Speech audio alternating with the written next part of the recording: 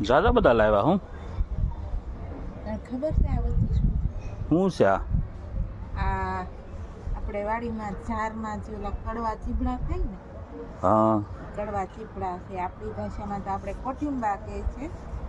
આપણે ઓલો પેલા વિડીયો બનાવ્યો ખબર નાનું કોઠીંબેક હતું હા એ આ જ છે ને હા આ ઈ જ છે.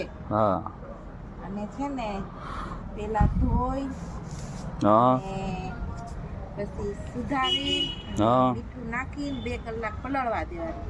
શેમાં ધોવાના ને શું કરવાનું મીઠું નાખવાનું પેલા સાદા પાણીમાં ધોઈને પછી સુધારી નાખવાનું. હા પછી મીઠું નાખીને 2 કલાક રહેવા દેવાના. પછી આમ સૂકવી દેવાના.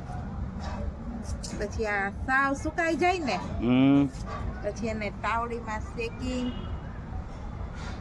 અને લોઢીમાં તેલ નાખીને પણ તળીને ખાઈ શકાય અને તાવડીમાં શેકીને પણ ખાઈ શકાય અને ખાવામાં બહુ જ ટેસ્ટી લાગે છે. તમને ખબર છે આ કોણ લાવ્યું હતું?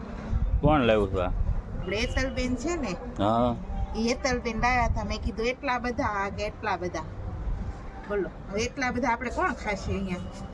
હું શું નહીં તમે એટલા બધા ખાઈ જશો? અરે હા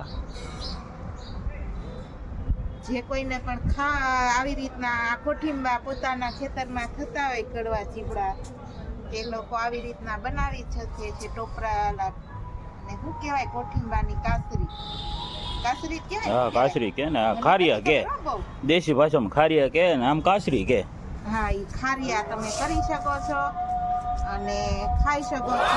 સુકાઈ જાય પછી હું તમને એક દી એનો વિડીયો બનાવીને પણ દેખાડીશ. તમારા ગામમાં આને શું કહે છે ને કેવી રીતના બનાવે છે એ જરૂર કોમેન્ટમાં લખજો. અને નેક્સ્ટ વિડીયોમાં અમે તમને આને સુકાઈ જાય પછી તળીને અને શેકીને બંને રીતના બતાવશું. બાપા સીતારામ, જય માતાજી.